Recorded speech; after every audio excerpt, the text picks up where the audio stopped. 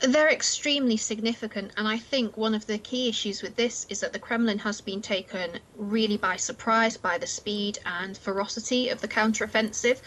And that creates an awful lot of problems, actually, because it's not just a case of having to work out what to do strategically, but also how to spin this at home, because it really causes problems, I think, amongst those elite groups that Putin relies upon for his support. How has it been reported? I mean, have they acknowledged that Russian troops have had to retreat?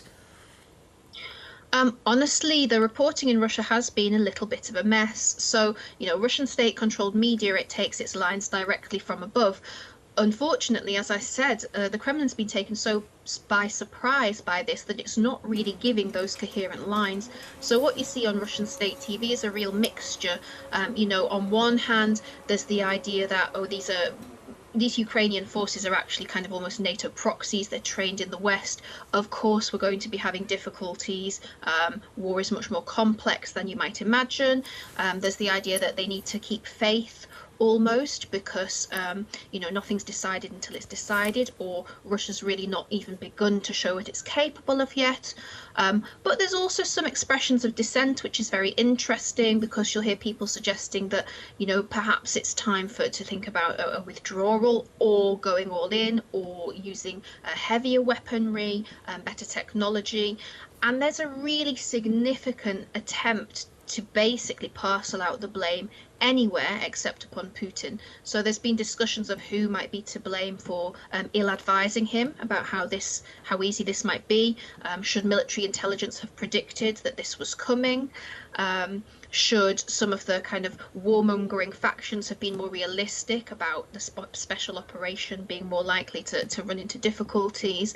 And also discussions about how the way that Ukrainian identity has been covered, the idea that there's no such thing as Ukrainian identity, how that's created problems for winning the hearts and minds of the Ukrainian people, which, at the start, Russia really thought it was not going to have a problem with. So there's been a lot of quite heated discussion on Russian TV, but at the same time, it's almost been held in check by, moderators who won't let that line go too far, or who won't let general criticisms of institutions and of people in power ever go up to the level of the Kremlin. So it's always somebody else's fault, never Putin's. Indeed.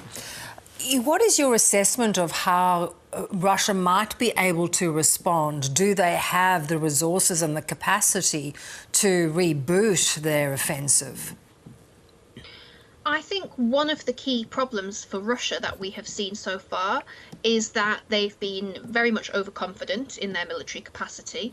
I think the Russian military has been stymied over the years by terrible corruption problems, ill training, lack of maintenance of the military hardware, and we've seen very unprepared troops being sent in. Now, at first, the Kremlin was sending in people from the less economically developed regions of Russia who almost, saw it as their only option, and it's starting to almost burn through resources, both human and practical. And so it really is a crunch point now. And as I said before, we've got people on state TV kind of really debating, okay, well, should we be pulling out, or should we be going all in with, should we be taking the lead from North Korea? Should we be engaging much more serious weaponry? And I think it's just chaos, really. There's no clear idea of how to achieve the objectives that the Kremlin set out with, because those objectives have constantly shifted over time, and almost they've been undermined by the need for the Kremlin to believe its own hype, almost, about how it's sold this invasion as something other than an invasion. And Precious, I think that's such a key that you make, the point of the Ukrainian resistance, which they underestimated, the fact that Ukrainians had a way of life that they were going to defend till the end. It does raise the question, even though they still occupy about a fifth of the country, as to how they hold on to territory long term, these unwelcome occupiers. I think that's exactly it. And this is a really, really big problem, because we have seen time and time again throughout history where great powers have failed to win against smaller powers precisely because of this inability to to gain those hearts and minds, and because of the ability to wage kind of low-level resistance movements even within occupied territories. We've seen that plenty of times in the past. The Soviet Union saw it in Afghanistan, and we're seeing it in Ukraine now. And obviously with this counteroffensive, it's given a real boost to the kind of resistance factions who have been resisting the occupiers, because, you know, substantial swathes of territory have been recaptured. So this almost, it's a psychological boost for Ukraine and a real psychological toll for Russia. And it shows that everything in this conflict is still very much to play for. I wanted to, you talk about the debate not being allowed to reach Vladimir Putin, but behind the scenes, would there be question marks around his ongoing leadership?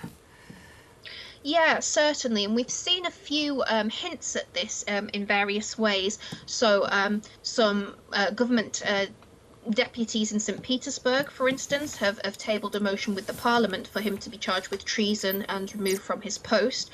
Now, obviously, that's not going to go anywhere, but these kind of indicators are very helpful insights into the kind of behind the scenes machinations. And as I alluded to before, one of the ways in which Putin has held power successfully for so long is by very carefully balancing the needs, the desires, the interests of various elite factions behind the scenes. Now, once you start to see dissatisfaction amongst those elites, you know something's going to happen. Now, most likely that will be kind of trade-offs and buy-offs in a way, but there's only so long that you can do that for when something that's causing such widespread dissatisfaction is underway, as with this military operation. So I think one of the things that we perhaps should consider is the domestic side of this counteroffensive for Russia and for the Russian regime, because aside from having to deal with the kind of military outcomes of it, there's going to be an awful lot of work to be done behind the scenes at home to really kind of strengthen, prop up, legitimize and strengthen that ruling regime now. Indeed. Good to have you on, Precious. Thank you so much. Thank you.